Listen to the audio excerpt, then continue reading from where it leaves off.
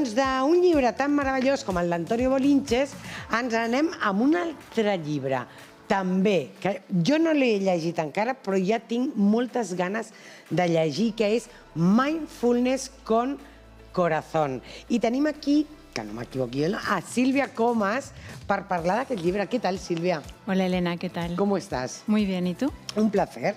Mindfulness con Corazón. Imagínate, hablábamos del amor. No está preparado así las entrevistas, pero llega, ¿no?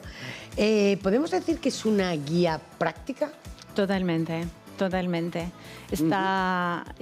Este libro incluye un montón de explicaciones sobre cómo practicar mindfulness con amabilidad y compasión. E incluye también audios grabados. O sea que cualquier persona que lo lea puede hacer un entrenamiento por su cuenta. Fantástico. Durante 8 semanas. De hecho, es el libro que yo utilizo como referencia en un curso que imparto, que empiezo mañana. Ah, mira, qué bien. Sí. ¿Cualquier persona puede hacer estos cursos? Cualquier persona puede hacer cursos de mindfulness. La práctica de la amabilidad y de la compasión es una práctica un poquito avanzada, que requiere una cierta estabilidad de la mente. Claro. Porque al final la compasión lo que hace es que nos ayuda a manejar lo que duele. Claro. Como decía Antonio antes, sí. ¿no? Por ejemplo, el mal de amores, pues cómo podemos entrar en contacto con el sufrimiento, con el dolor que nos genera eso, como otras cosas en la vida, desde la compasión, desde la amabilidad. Claro. Entonces eso requiere una cierta estabilidad, porque no es fácil entrar en contacto en eso. No es nada fácil. ¿El ser humano es un misterio, al final? O sea, siempre hay algo que intentamos ocultar, pero que a la larga, al final, el sufrimiento te lo hará sacar. Bueno, no sabría decirte si el ser humano es un misterio. Quizás sí, ¿no? La vida es un poco un misterio, pero claramente la práctica de mindfulness nos ayuda a conocernos mejor, porque es una disciplina de desarrollo de la conciencia, de entender qué pasa en mi interior también, en la mente y en el cuerpo, y cómo voy a manejarlo de la manera más positiva, más armoniosa posible. Al final todos tenemos demonios internos. Todos, ¿no? Todos. Y al final es curar esos demonios. Sí, ¿cómo podemos al menos hacernos amigos de esos demonios internos? A lo mejor sanarlos o hacer las paces con ellos, exacto. A lo mejor el sanarlos completamente nos puede llevar toda una vida, pero como mínimo, ¿cómo podemos relacionarnos con ellos de la mejor manera posible? ¿El sufrimiento se puede evitar? El sufrimiento se puede evitar, el dolor no. Claro, es totalmente diferente.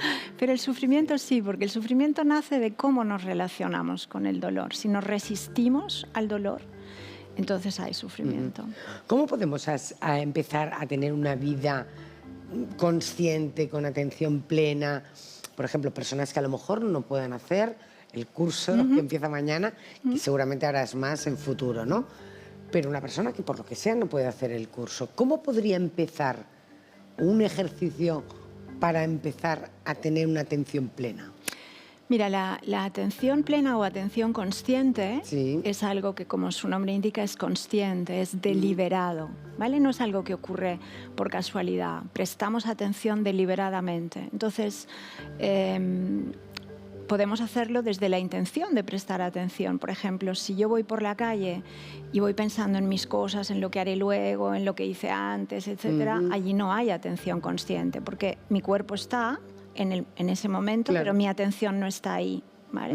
Entonces, si yo escojo prestar atención a lo que está ocurriendo en el momento presente, ahí ya estoy practicando atención consciente. Entonces, una de las cosas sencillas es que con intención empezamos a poder prestar atención, el querer estar presente. Es decir, darse cuenta de lo que estamos haciendo. Exacto. Y saborearlo.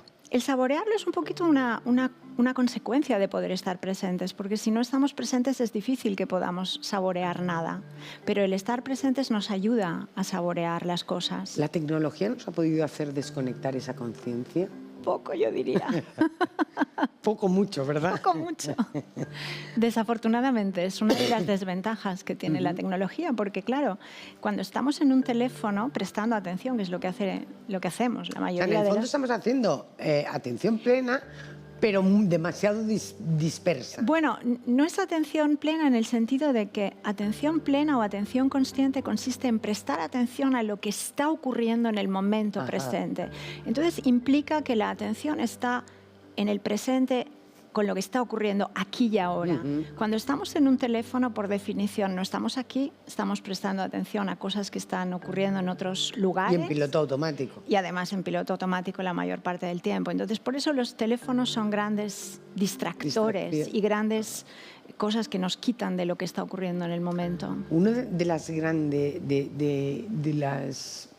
de lo mejor que puede, además, ayudarnos a la atención plena sería la meditación. Claro. La meditación en realidad es simplemente el familiarizarnos con lo que ocurre de una forma deliberada y sistemática. Entonces, es una práctica como de entrenar la mente para enfocar la atención y para tener una atención más penetrante, diríamos. Claro, porque además hay personas que escuchan la palabra, yo me recuerdo antes de llegar a aprender a meditar, hace muchos años, recuerdo que oía la palabra meditar y pensaba, me voy a tener que poner 30 minutos ahí a escuchar, a intentar tal. No, se puede hacer de otra manera, iniciarla de alguna manera que sea más fácil para las personas. Sí, se puede empezar de muchas maneras, pero mira, yo comparo siempre la meditación con el ejercicio físico, ¿vale? Tú sabes que, por ejemplo, cuando uno hace ejercicio físico y hace algún ejercicio de cardio, hay unos umbrales en los cuales el entrenamiento cardio va a ser eficaz, ¿no? Normalmente se dice que hay unos umbrales como de hacer 30 minutos de cardio, cuando ahora se está hablando mucho de caminar y se dice pues que hay un mínimo de pasos, ¿no? Que conviene hacer porque por debajo de ese umbral, vamos a decir, no es tan eficaz. Y la meditación es un poco lo mismo, es un entrenamiento sistemático de la atención que requiere de unos mínimos para que tenga un efecto. Actualmente, hasta donde yo sé, lo que la ciencia dice es que una práctica de menos de 12 minutos no tiene impacto en el cerebro. Porque estás entrenando. Un mínimo de 12 minutos se tiene que practicar. Sí, ese sería el mínimo. Que en el libro encontramos ejercicios prácticos o ¿qué encontraremos que nos haga cambiar un poco nuestra vida? Mira, por una parte encontrará las personas que lo lean... Hay diferentes partes, ¿verdad? Hay 8 partes, hay 8 capítulos que son un poco... Que serían como las 8 semanas. Las 8 semanas del curso, o las 8 sesiones del curso, porque se puede hacer pues, de manera más espaciada, no tiene por qué ser cada semana. Entonces el libro incluye los principales contenidos de cada sesión, que están siempre sustentados en evidencias científicas. Entonces hay explicaciones muy interesantes sobre cómo funcionamos, cómo funciona la mente, cómo podemos desarrollar más compasión, qué impacto benéfico tiene el tener más compasión, más amabilidad con nosotros mismos, con los demás. Y esto pues con los diferentes capítulos. Y luego también hay audios y ejercicios prácticos sencillos para poder hacer de manera a irlo desarrollando de manera práctica, porque la teoría está muy bien, pero si no lo llevamos a la práctica, entonces no tiene efecto. De hecho, yo recuerdo, y además aprovecho para decirlo, que yo hace como 15 años, una cosa así, hice un curso de mindfulness, además de 8 semanas. ¡Qué bien! Y siempre digo que aquello a mí me cambió la vida. Sí. Además recuerdo el primer día de curso que piensas, bueno, lo hago a ver si me cambia un poco la vida, pero claro, no. La gente, no las tienes todas de creerte que te va a cambiar, pero realmente yo recuerdo que hay un cambio enorme. Es espectacular. De hecho, hay estudios que indican que 85% de las personas que hacen un programa de entrenamiento de mindfulness de 8 semanas realizan cambios importantes en su vida al acabar ese programa. Claro, al final se añaden hábitos. Es una buena manera de poder experimentar un cambio de hábitos.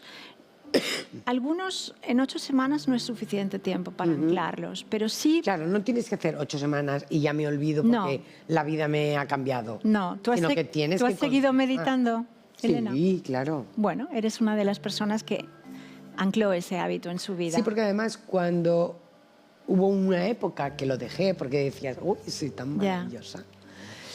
que lo dejé y lo noté una barbaridad. Claro, Entonces dije, esto no puedo dejar. claro.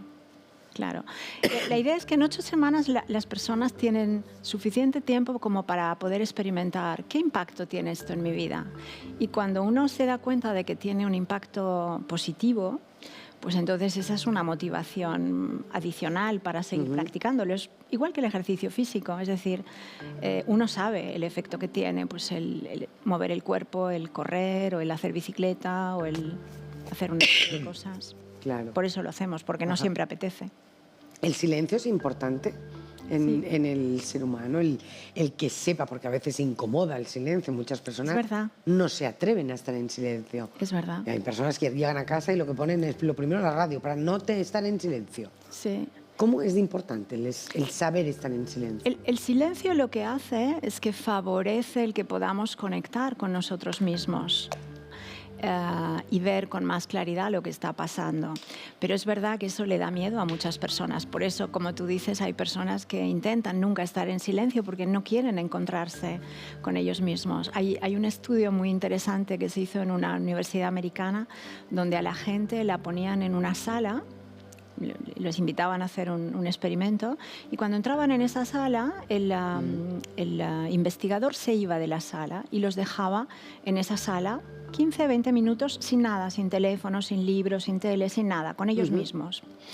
Luego, una segunda parte de ese estudio es que les daban la oportunidad de estar en esa misma sala también otros 15 minutos solos, pero allí les decían, si quieres puedes darte descargas, puedes apretar este botón y te hará una descarga eléctrica. Y lo curioso del estudio es que se dieron cuenta que un porcentaje enorme de personas, más hombres que mujeres, preferían, por hacer algo, darse una descarga eléctrica, Qué fuerte. más que estar sin hacer nada con ellos mismos. Para ilustrar un poquito lo que tú dices, Claro, de que claro. hay muchas personas que les da miedo, pero en realidad eso es lo que nos permite entendernos mejor, ¿no? Entender mejor qué pasa, cómo me relaciono con lo que ocurre en mi vida, qué pasa con mis pensamientos, qué noto en el cuerpo, qué emociones experimento. Claro. ¿Crees que el mindfulness se debería enseñar desde pequeñitos, desde niños? Sí, lo creo. De hecho, antes que este libro, en el 2016, publiqué otro que se llama Burbujas de Paz, que era un libro orientado a enseñar a las personas que ya practican mindfulness cómo pueden compartirlo con niños o con jóvenes. Yo siempre digo que he tenido una de las mejores educaciones privadas que uno puede tener en Barcelona, pero hay muchísimas cosas que no las aprendí ni en el colegio ni en la universidad. Cómo manejar mis emociones, cómo mantener el equilibrio, cómo afrontar el estrés. Cómo afrontar imprevistos. Cómo afrontar la incertidumbre. La incertidumbre. Que está tan presente en nuestras da vidas. Miedo al ser humano. Claro. Entonces, esas cosas no te las enseñan, las tienes que aprender un poquito por tu cuenta en tu vida. Entonces, si tú has aprendido cómo manejar todo eso, me parece que son habilidades fantásticas para desenvolvernos en el mundo actual.